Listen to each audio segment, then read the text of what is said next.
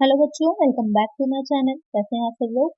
आप लोग की बीपीएससी जो बच्चे बीपीएससी में 2.0 की जो वैकेंसी आई है उसमें पीजीटी अकाउंटेंसी से फॉर्म फिल किए हैं, उन लोगों को प्रिपरेशन करा रही थी। तो इससे पहले भी मैंने काफ़ी वीडियोस अपलोड करी हुई हैं इस पर। चैनल पे आपको अलग से प्लेलिस्ट मिल जाएगी, देख लीजिएगा, लिंक डिस्क्रिप्शन बॉक्स में है। वहाँ पर सारी वीडियोज आपको एक साथ मिल जाएंगी। तो उसी के आगे प्रोसेस में हम समझेंगे आज की वीडियो रहेगी उसमें हम समझेंगे कि जो पूंजीगत और आयगत व्यय होते हैं, कैपिटल एंड रेवेन्यू एक्सपेंडिचर होते हैं या इनकम होती है, तो वो क्या रहती है, किस तरह से उसे ट्रीट किया जाता है, कैसे हम ये देखते हैं कि क्या पूंजीगत है क्या आयगत है। बहुत इंपॉर्टेंट पॉइंट है, उससे रिलेटेड क्वेश्चन एग्जाम में जरूर आते हैं और आगे जब आप एडजस्टमेंट एंट्रीज करेंगे तो वहां पर भी ये काफी हेल्पफुल होता है। तो वीडियो को शुरू करते हैं, लेकिन शुरू करने से पहले जिन बच्चों ने सब्सक्राइब नहीं किया सब्सक्राइब कर लीजिएगा। वीडियो अच्छी लगेगी लाइक कर दीजिएगा और फ्रेंड्स तक वीडियो को शेयर भी कर दीजिएगा। सबसे पहले ये समझने के लिए कि कैपिटल एक्सपेंडिचर क्या है या फिर रेवेन्यू एक्सपेंडिचर क्या है। अगर हम ये समझ लें कि कैपिटल एग्जैक्टली क्या होती है या फिर जो आय होती है, रेवेन्यू होती है, वो एग्जैक्टली क्या होती है, तो हमारे लिए फाइंड आउट करना थोड़ा सा इजी हो जाएगा कि कौन सी एसेट्स या कहाँ पर जो एक्सपेंडिचर किया जाएगा वो कैपिटल आएगा नेचर में और कौन सा रेवेन्यू नेचर का हो जाएगा। तो पूंजी की अगर हम बात करते हैं, कैपिटल की बात करते हैं, तो आपको पता ही है किसी बिजनेस को चलाने के लिए कैपिटल बहुत ही इंपॉर्टेंट होती है। तो कैपिटल क्या होती है, जो अर्थशास्त्री मानते हैं, इकोनॉमिस्ट मानते हैं कि धन का वो भाग होता है जो अतिरिक्त धन के उत्पादन के लिए प्रयोग में लाया जाता है। यानी कि जब हम एक्स्ट्रा और ज्यादा पूंजी निर्माण करना चाह रहे हैं और ज्यादा किसी चीज में इन्वेस्ट करके उससे हम और ज्यादा रिटर्न प्राप्त करना चाह रहे हैं, तो वहां पर जो भाग हम पूंजी का लगाएंगे या जो हम मनी उसमें लगा रहे हैं, इन्वेस्ट करते हैं, वो हमारा पूंजी कहलाता है, कैपिटल कहलाता है। अगर हम बात करें अकाउंटेंसी के उससे, तो जो हमारी संपत्तियां होती हैं और जो दायित्व होते हैं, यानी कि संपत्तियों का दायित्व पर जो आधिक्य होता है वही हमारी कैपिटल हो जाती है, पूंजी हो जाती है। आय की अगर हम बात करते हैं तो किसी एक निश्चित टाइम लिमिट में एक निर्धारित अवधि जो भी हमारी जो हम बिजनेस कर रहे होते हैं, जो भी हमारा कार्य होता है, मैन्युफैक्चर कर रहे हैं, प्रोडक्शन कर रहे हैं, तो वहां पर हम सेल कर रहे हैं तो उससे हमें भी कुछ हमको रिसीव होता है, उसे हम इनकम मान लेते हैं। तो ये हो जाती है हमारी इनकम। अब आते हैं कि कैपिटल एक्सपेंडिचर क्या होता है, पूंजीगत व्यय क्या होते हैं। इसको पहले भी मैं वीडियोस में आपको ब्रीफली समझा चुकी हूँ।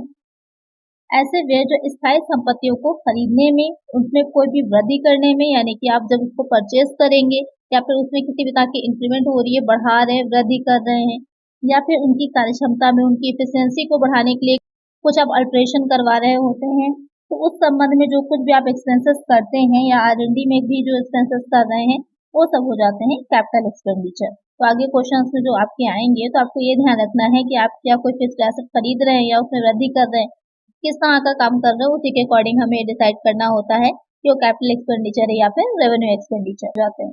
अगर हम बात करें कि इनकी क्या कैरेक्टरिस्टिक्स होती है, तो ये स्थायी स्वभाव होता है, इनके फिक्स्ड नेचर होता है, बार बार चेंजेस नहीं होती इन चीजों में। उपयोगिता दीर्घकालीन होती है, लॉन्ग टर्म यूटिलिटी देते हैं आपको। स्वरूप जो होता है दृष्टिगोचर, यानी कि विजिबल होते हैं, आप देख सकते हैं कि हाँ ये एक्सपेंसेस किए गए हैं। क्योंकि कुछ रेवेन्यू एक्सपेंडिचर इस तरह के होते हैं कि आप बढ़ाने के लिए व्यवसाय को या व्यवसाय में ज्यादा प्रॉफिट मिल सके या डेली का जो बिजनेस चल रहा है वो आसानी से हो सके, तो कुछ एक्सपेंसेस ऐसे करते हैं जो आप नहीं देख पाते हैं, आपको नॉर्मली सामने से नहीं दिख रहे होते, लेकिन इसमें कोई आपने एसेट को परचेज किया है, कोई मशीनरी परचेज करी, तो वो विजिबल है, आप देख सकते हैं, टैंगेबल एसेट होती है। रेगुलर नहीं होते, नियमित रूप से नहीं होते रहते, यानी कि जो एक बार आपने एसेट खरीदी या मशीनरी खरीदी तो लॉन्ग टाइम के लिए हो जाती है, 10 साल है, 15 साल है, 5 साल है, कितने भी टाइम के लिए भी वो आपका चलती रहती है। तो क्या होता है, बार बार जो है होते नहीं है, एक बार आपने एक्सपेंसेस करे तो लॉन्ग टाइम के लिए चलते रहते हैं। अनावर्तक स्वभाव के होते हैं, यानी कि रिपीटेशन नहीं होता है, बार बार करने वाले नहीं होते हैं। और सबसे इम्पोर्टेंट चीज है जो इससे क्वेश्चन भी बनता है कि व्ययों को चिट्ठे में संपत्ति की ओर, यानी कि जो भी एक्सपेंसेस आप कर रहे हैं उसको जो बैलेंस शीट हम बनाते हैं उसे एसेट साइड में दिखाया जाता है, क्योंकि जैसे एसेट आपने कोई परचेस करी है तो अब आपकी क्या हो जाएगी, एक फिक्स एसेट की तरह बैलेंस शीट में हम दिखाते हैं। तो ये जो एक्सपेंसेस होते हैं उसको बैलेंस शीट के एसेट साइड में दिखाया जाता है, तो इसको ध्यान में रखिएगा, ये पॉइंट, इससे क्वेश्चन बनता है। तो ये हो गए आपके कैपिटल एक्सपेंडिचर। आइए कुछ एग्जांपल्स देख लेते हैं जो कि आपके डायरेक्टली क्वेश्चन में पूछे जा सकते हैं और वो पूंजीगत व्यय ही माने जाते हैं, कैपिटल एक्सपेंडिचर ही होते हैं। जैसे कि purchases of machinery and furniture, यानी कि फर्नीचर या मशीनरी को जो क्रय करने पर एक्सपेंस किए जाएंगे। कॉस्ट ऑफ बिल्डिंग, यानी कि बिल्डिंग की जो लागत होगी, ट्रेडमार्क की लागत जो होगी कॉस्ट आती है, कॉपीराइट की जो कॉस्ट आएगी, पेटेंट एंड पैटर्न की कॉस्ट जो होती है, मशीन की स्थापना के जो मैंने बताया था इंस्टॉलेशन चार्जेस जो होते हैं वो भी, किसी आविष्कार पर यानी कोई इन्वेंशन किया गया है तो उस पर जो एक्सपेंसेस आते हैं, या फिर भवन मशीन फर्नीचर को बढ़ाने में जो उसमें इंक्रीज किया जा रहा है उसको उस पर जो एक्सपेंसेस आएंगे। मोटर कार या भार वाहन की लागत यानी कि जो कार्स वगैरह पर जो कॉस्ट आती है वो हो जाएगा। पट्टा संपत्ति की लागत यानी कि कोई लीज पर ली गई है एसेट तो उसकी भी जो कॉस्ट आ रही है। गुडविल की लागत है यानी कि जो कॉस्ट ऑफ गुडविल है। बिजली एवं पंखों की फिटिंग की लागत, खुदरा औजारों की लागत, ये सारे जो होते हैं क्या हो जाएंगे आपके कैपिटल एक्सपेंडिचर हो जाएंगे। इसको ध्यान में रखिएगा, डायरेक्टली क्वेश्चन पूछ सकता है, आपसे कहेगा कि किस तरह का है, कैपिटल है या फिर डिफर्ड है, या फिर कैपिटल एक्सपेंडिचर है, रेवेन्यू एक्सपेंडिचर या फिर डिफर्ड रेवेन्यू एक्सपेंडिचर है। अभी आगे हम समझेंगे रेवेन्यू एक्सपेंडिचर और डिफर्ड रेवेन्यू एक्सपेंडिचर को भी। तो यहाँ पर इसको नोट डाउन कर लीजिएगा और समझ लीजिएगा। आइए नेक्स्ट चलते हैं आयगत व्यय पर कि रेवेन्यू एक्सपेंडिचर क्या होते हैं। तो जो आपके रेवेन्यू एक्सपेंडिचर है, आयगत व्यय होते हैं, वो किस तरह के होंगे कि जो भी बिजनेस आपका है उसको रेगुलर ऑपरेट करने में, उसको संचालित करने में जो भी एक्सपेंसेस आप कर रहे हैं कि सही ढंग से आपका बिजनेस चलता रहे, तो वहां पर उसके ऑपरेशन में जो कुछ भी आप एक्सपेंसेस कर रहे होते हैं वो सब माने जाते हैं रेवेन्यू एक्सपेंडिचर।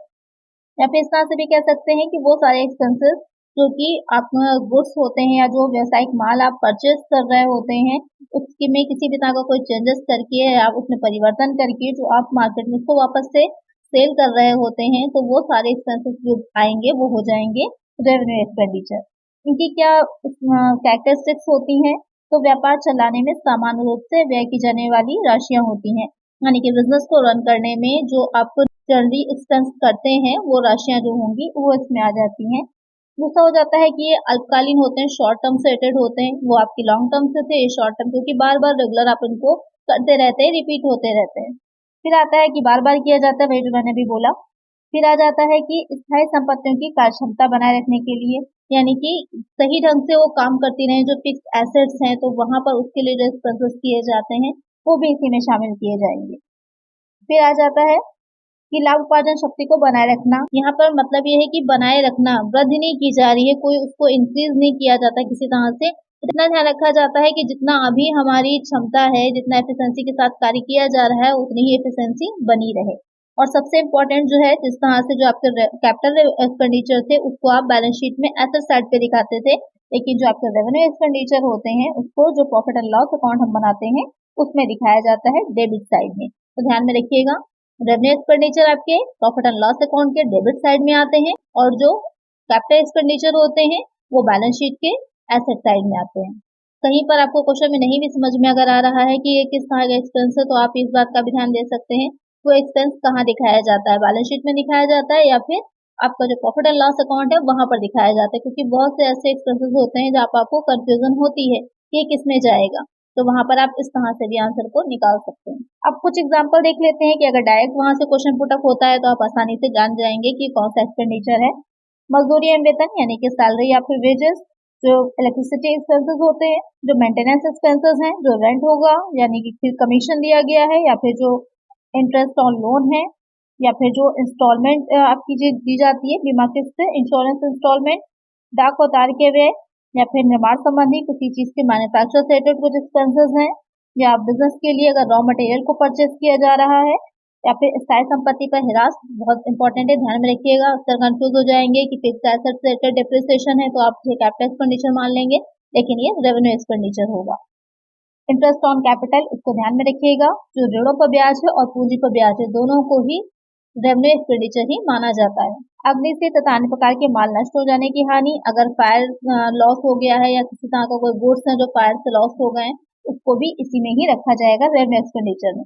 स्टोर्स है, सेलिंग एक्सपेंसेस हैं, या फिर जो कॉपीराइट होता है उसको नवीकरण कराने के लिए, क्योंकि कुछ टाइम के बाद वो एक्सपायर हो जाएगा तो दोबारा से आपको उसे रिनोवेशन कराना होता है, तो दोबारा से आपको उसका नवीकरण करवाना होता है, तो उसमें भी रिन्यू कराना होता है, तो उसके भी जो एक्सपेंसेस होते हैं वो भी रेवेन्यू एक्सपेंडिचर में ही आएंगे।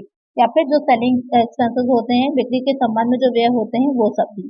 तो आपने एक चीज ध्यान दी होगी या नोटिस किया होगा कि जितने भी इनडायरेक्ट एक्सपेंसेस हैं उसको ज्यादातर रेवेन्यू एक्सपेंडिचर ही माना जा रहा है, या रेवेन्यू एक्सपेंसेस में ही वो आ रहे हैं, क्योंकि जो प्रॉफिट एंड लॉस अकाउंट आप बनाते हैं वहां पर ज्यादातर जो इनडायरेक्ट एक्सपेंसेस होते हैं वही दिखाए जाते हैं। तो यहाँ पर आपको समझ में आ गया होगा कि रेवेन्यू एक्सपेंडिचर क्या होता है। आइए एक बार देख लेते हैं कि हमारा जो स्थगित आयगत व्यय है, डिफर्ड रेवेन्यू एक्सपेंडिचर है, वो क्या होंगे। क्योंकि कभी कभी क्वेश्चन में कुछ इस तरह के भी पॉइंट्स पूछ लेता है जहां पर हमारा आंसर जो होता है वो डिफर्ड रेवेन्यू एक्सपेंडिचर होता है। देख लेते हैं कि ये क्या रहेगा।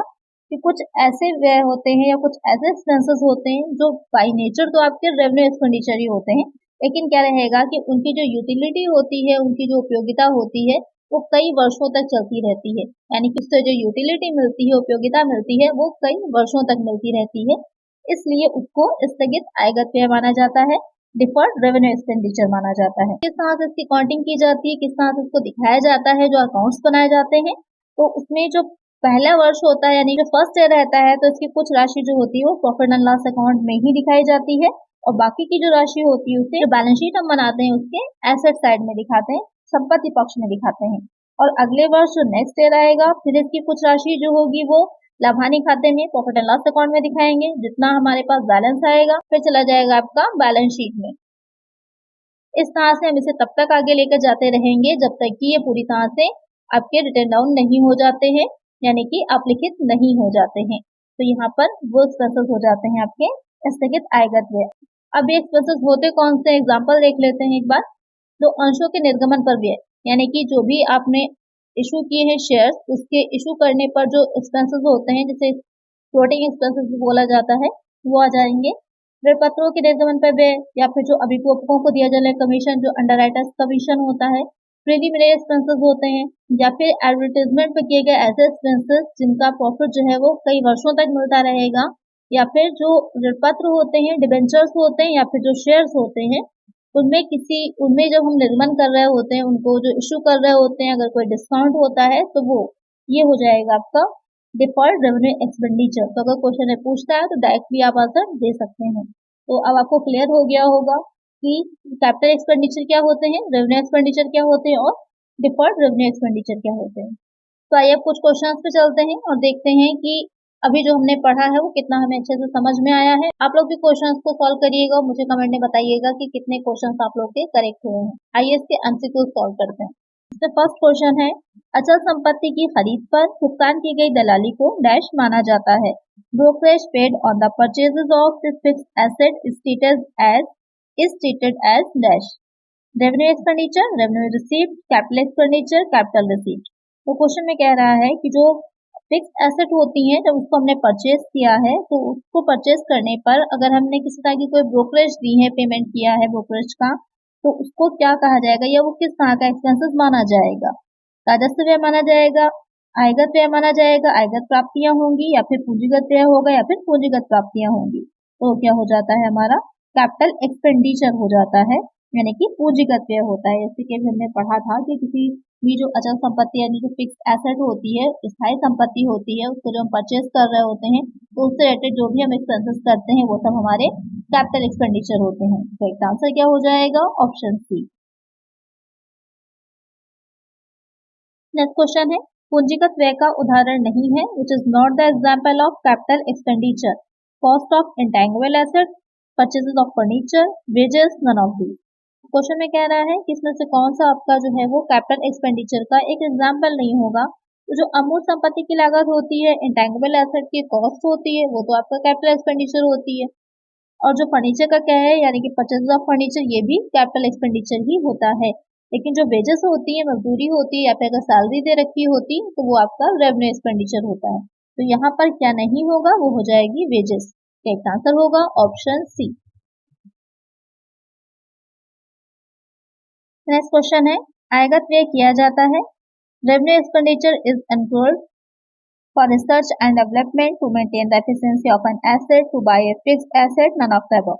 तो क्वेश्चन में कह रहा है जो आयगत व्यय किया जाता है वो किससे रिलेटेड है या किस लिए किया जाता है, कि जो विकास या अनुसंधान के कार्य हैं उनके लिए, या फिर जो कोई परिसंपत्ति है उसकी दक्षता को बनाए रखने के लिए, या फिर जो अचल संपत्ति है उसको क्रय करने के लिए, खरीदने के लिए, या फिर में से कोई नहीं। तो आपको पता ही है जो R&D होगा वो भी जाता है कैपिटल एक्सपेंडिचर में। जो आप फिक्स एसेट को बाई कर रहे होते हैं तो वो भी आपका किस में जाता है, कैपिटल एक्सपेंडिचर में जाता है। तो यहाँ पर जब आप किसी एसेट की दक्षता को, उसकी एफिशिएंसी को बनाए रखने के लिए एक्सपेंसेस कर रहे होते हैं तो वो जाते हैं आपके रेवेन्यू एक्सपेंडिचर में। तो एक आंसर होगा हमारा ऑप्शन बी। नेक्स्ट क्वेश्चन है, ऐसे व्यय जो आयगत प्रकृति के होते हैं पर उनकी उपयोगिता कई वर्षों तक प्राप्त की जाती है कहलाते हैं। Dash refers to those expenses which will be incurred in the current accounting period, but the benefit of the expenses will be applicable over several accounting periods. Capital expenditure, revenue expenditure, deferred revenue expenditure, none of the above. Question में कह रहा है कि इस तरह के expenses हैं जो आपके नेचर में तो रेवेन्यू होते हैं, लेकिन उनकी जो उपयोगिता यूटिलिटी है वो कई वर्षों तक मिलती रहती है, कई सालों तक मिलती रहेगी।